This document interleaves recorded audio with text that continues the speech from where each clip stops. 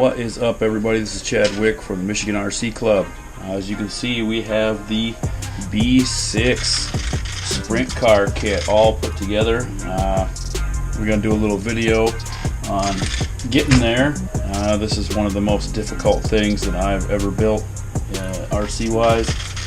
The instructions were they pretty much just give you some exploded views and expect you to figure it out. So luckily I found some pictures on the site and try to do the best I could with that. But even with the body panels,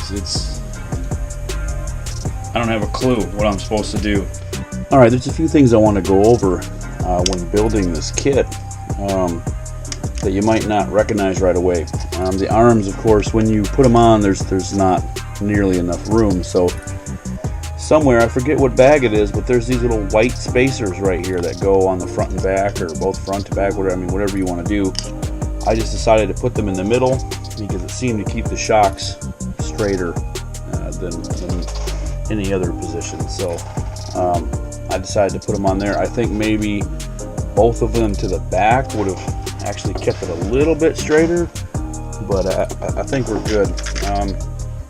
I really don't know too much about oval suspension setups, but you know, that's what I chose to do, and we'll tune from there. One of the cool features is this little pull thing here in the back. Pulls like that and opens the body up, which is really cool. I did get a hold of Ed from Bodies by Ed, and he is sending me a new battery hold down. I guess there's a difference, I think, between the B6D and the B6, well, carpet one is the one I got. So I have the lay down tranny, and I guess there's a different battery hold down for that. So, I mean, what I'm doing here is going to work fine. It's two-sided tape down. Doesn't really give you a lot of movability, but you know, right about there I think is about all I can do with it. So I know a lot of people have been waiting on this one. This is the Bodies by Ed sprint car kit, which half the parts are from Custom Works. I mean, you could probably get those for decent prices right there, $39 for that. I'm not sure what he charges you that, but then you get all the body stuff, which I think this was like another $60 to $100 for just for the body stuff, and then all this was altogether was like $300. And that is going to change this here beautiful carpet ass-kicking B6 into an ass-kicking sprint car, is what we're hoping to do. I did get a B6.1 for my new carpet car, and well, I'm going to turn this one into a sprint car, run some oval with the boys. So let's get into it. Let me get all this body stuff out of here. I'll try to make things a little easier to get to. There's all kinds of stuff going on here. And here are the adjustable arms. So these are like a, you know, fully adjustable arm, which is pretty cool.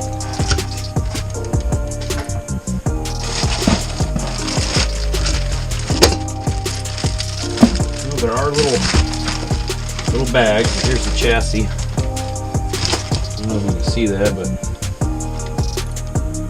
she's pretty beat up already from the factory. Got a lot of rubbing on something, a bunch of scratches. I don't know if you can see that in the light, but you know. Okay. Everything came in these little bags.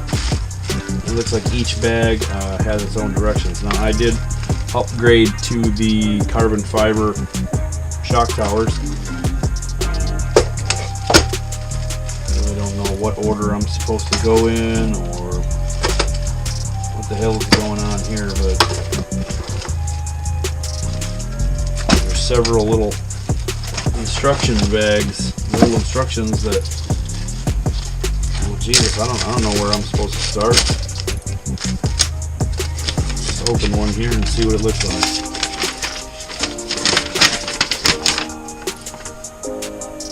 like. Okay, so this must be the steering.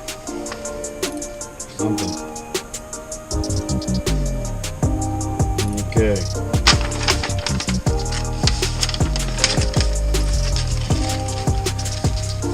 I think one thing is safe to say, that it is going to take forever to do this. Alright. Well, we kind of have the initiative here.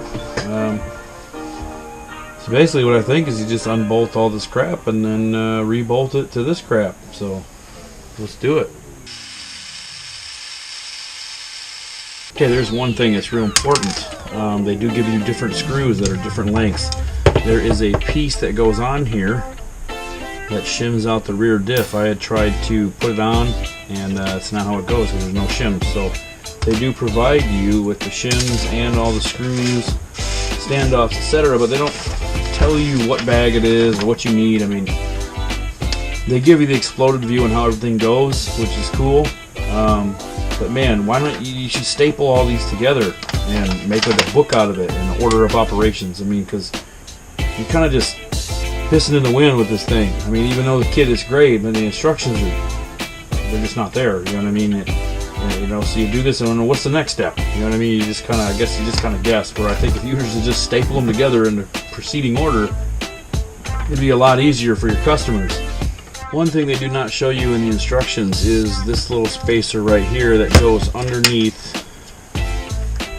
this gap right here. I don't know if you can see that, but there's a gap right here, and this little shim goes in there, and it is not on the instructions. So I don't know if you can see that, but it's not even there. So, but by natural selection, I guess, we figured it out.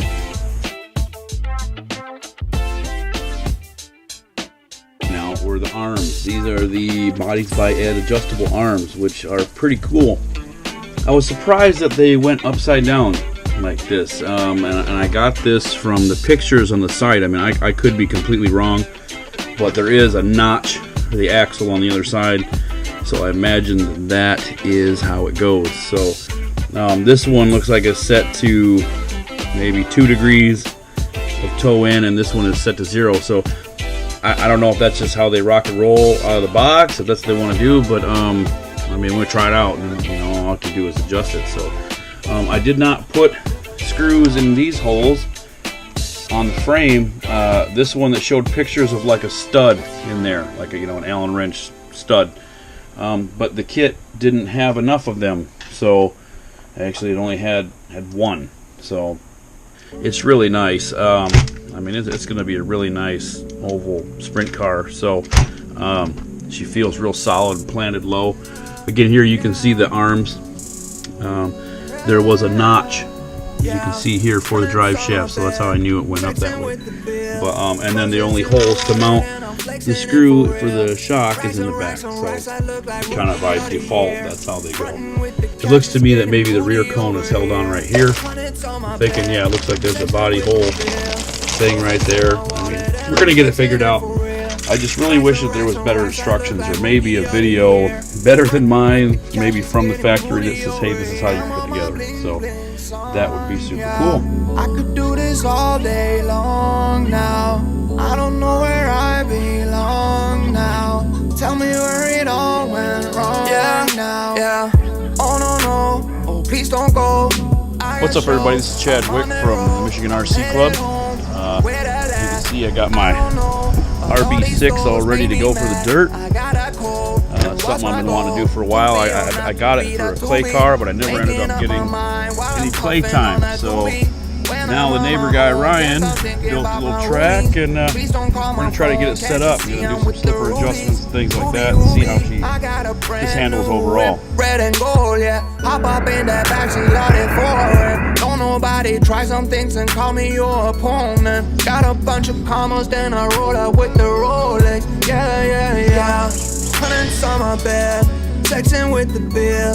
Roses in my wallet, and I'm flexing it for real.